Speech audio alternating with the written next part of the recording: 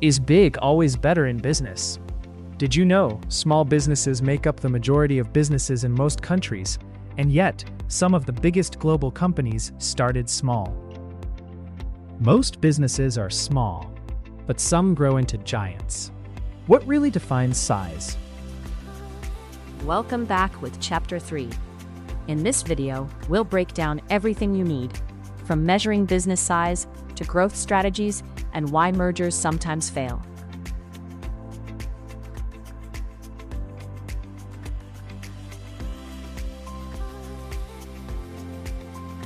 Why does size even matter?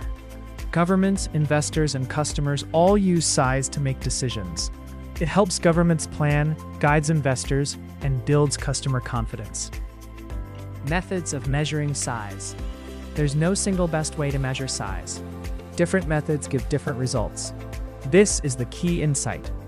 Always use more than one measure, because one method alone can be misleading. Measuring the business size through the number of employees is the simplest method, but not always accurate. A highly automated firm may have fewer workers, but still be huge. Revenue shows how much a business sells, but comparing different industries can be misleading. Capital is the total investment in business. Measuring through capital is useful for large firms, but industry differences matter. Market share shows industry dominance, while market capitalization applies only to public companies. Now let's dive a bit deeper into the importance of small businesses. Small businesses are the backbone of the economy. They create jobs, bring innovation, and support economic growth. They reduce unemployment, increase competition, and support larger businesses as suppliers. Here are the major advantages and disadvantages of operating a small-scale business.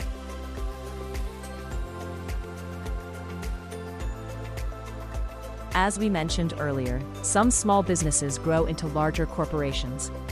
Growth means higher profits, market share, and power. There are two main ways businesses grow: internal organic and external integration.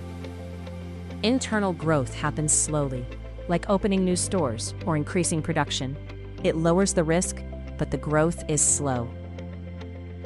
External growth is fast, but risky. It involves combining with other businesses through mergers, joint ventures, or strategic alliances. Let's map out the external growth of businesses. Merger occurs when two separate entities combine to form a single new company, often to boost efficiency, expand market share, or reduce competition. GlaxoSmithKline and SmithKline Beecham merged to create the pharmaceutical giant GlaxoSmithKline, combining expertise in respiratory, vaccines, and antibiotics. Joint ventures are partnerships where two or more businesses pool resources, expertise, and risks to accomplish specific tasks, such as entering new markets or developing products. For example, BMW and Brilliance Auto Group, a long-standing venture allowing BMW to manufacture and sell vehicles within the Chinese market. On the other hand, a strategic alliance is a collaborative agreement where two or more independent companies work together to achieve a shared goal while maintaining their separate identities. For example, Google and Samsung partnered to integrate Android on mobile devices to compete against Apple, creating a massive shared market. Impact of growth on stakeholders. Growth affects different groups differently. Hence, there is no one best growth strategy. It depends on business goals and the impact on stakeholders. Surprisingly, many mergers fail to achieve their objectives. Here's why: culture clashes, poor communication, overestimated benefits, and management conflict. A prominent example is the Sears and Kmart merger in 2004, a double suicide deal where two struggling retailers merged to compete with Walmart and Target. They failed to create a competitive advantage, resulting in bankruptcy. Kmart was a discount-oriented strip mall retailer, while Sears was a mid-tier mall-based department store.